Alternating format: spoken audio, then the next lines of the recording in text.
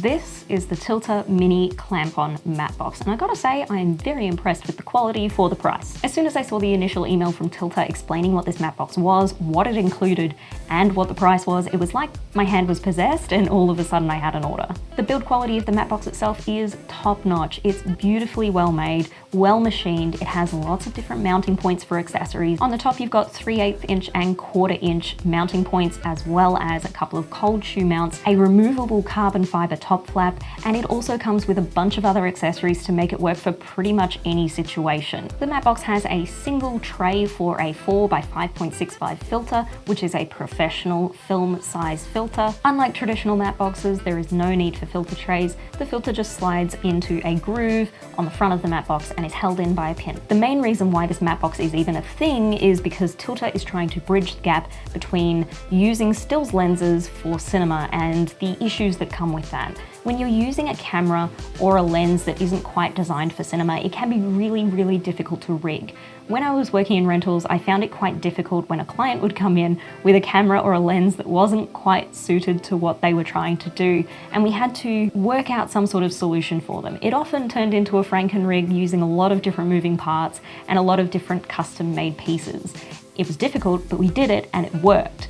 But Tilta is actually taking away all of those issues that come with attaching a matte box like this, a professional matte box that holds professional filters, in front of a stills lens. I'll talk about the adapter rings in a second, but I do want to point out that they also do include a rail and also a little mechanism so that you can adjust the height and the distance of this matte box and have it rail mounted if you so wish. Because sometimes it can't be clamp-on. Sometimes your lens is a different diameter to what they've provided here, so you may need to have it rail mounted instead. But the adapter rings really are the saving grace of this kit.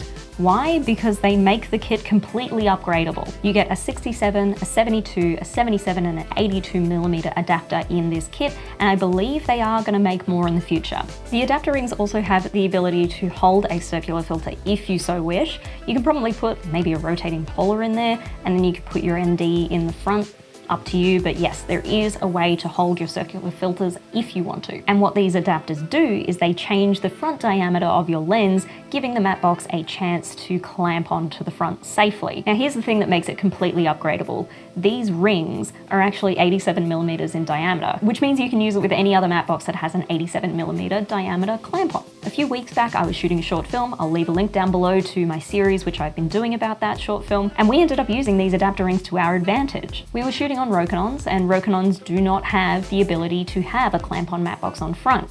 We did have one of these Tilta matte boxes on set, and we had the adapter rings, but what we ended up doing was using the adapter rings with an Arri LMB15, which is a 3-stage professional clamp-on matte box that holds 4 by 5.65 filters, much like the Tilta does. I only needed to use one of those filter trays. I didn't need to use all 3, so why did I hire a complete matte box system instead of just using the Tilta matte box that we already had? That brings me to one flaw, or potential flaw, that I have found with this matte box, and that is the filter mechanism is a little bit haphazard. On face value, it's perfectly fine. It's very safe in there. It's definitely not going to fall out, but there is a lot of room for user error, and over time, I do feel like there may be issues down the line with filters that you use inside this matte box. Repeatedly removing and inserting a filter into this slide mechanism may actually scratch the edges of your filter. Now, you may not think that that is an issue because, well, the scratches are going to be on the edges, they're not going to be in your field of view,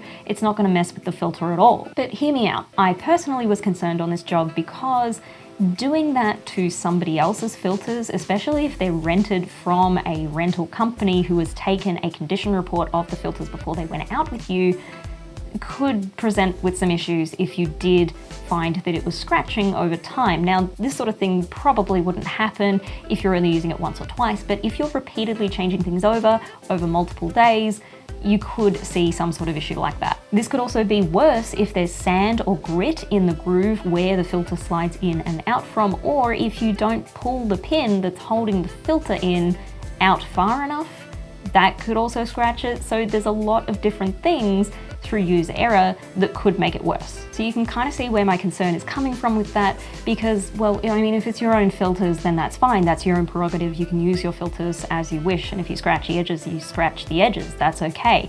But if a rental house is going to do a condition report and then check the condition report when you return your filters and there's lots of scratches on the edges, they may book you, regardless of whether those scratches are going to interfere with the image the next time they go out with somebody. They still may book you because it is damage. Some people may say that that sort of damage, those edge scratches, are just general wear and tear, and that sort of thing does happen with drop-in matte boxes as well, like the LMB 15, but I do agree, and I also disagree. I feel like there's less of a risk when you're using something like an LMB, where it's inside a filter tray and then you slide the filter tray in, rather than sliding just a bare piece of glass into the matte box, where lots of different things could go wrong, where dirt could be stuck in the crease where the filter slides in and out from. There's lots of different factors involved. And I personally can't rigorously test this right now. If I get my hands on a filter where I can do that, I will definitely do that for you and see if it is actually an issue. But that's just something I'll foresee. I'm 99% sure that this would be a problem in the future with extended use. Definitely not once or twice, but extended use is something to be worried about. So I would highly recommend, if you are purchasing this matte box, to definitely have a think about whether you want to purchase a set of your own NDs, and that way you can scratch them up as you please, which is what I'm going to be doing very soon. Well, sooner rather than later. I was going to get them anyway, but now that I've got this expensive lens hood effectively right now, I think I'll be getting them sooner. But all in all, this matte box is amazing. It's perfect for the budget-conscious filmmaker, for somebody who's just using stills lenses, regardless of what camera you have. Whether you have a cinema camera and you only have the budget to use stills lenses, this is the perfect option for you. And these adapter rings, they just bring a whole new level of versatility and upgradability to your kit.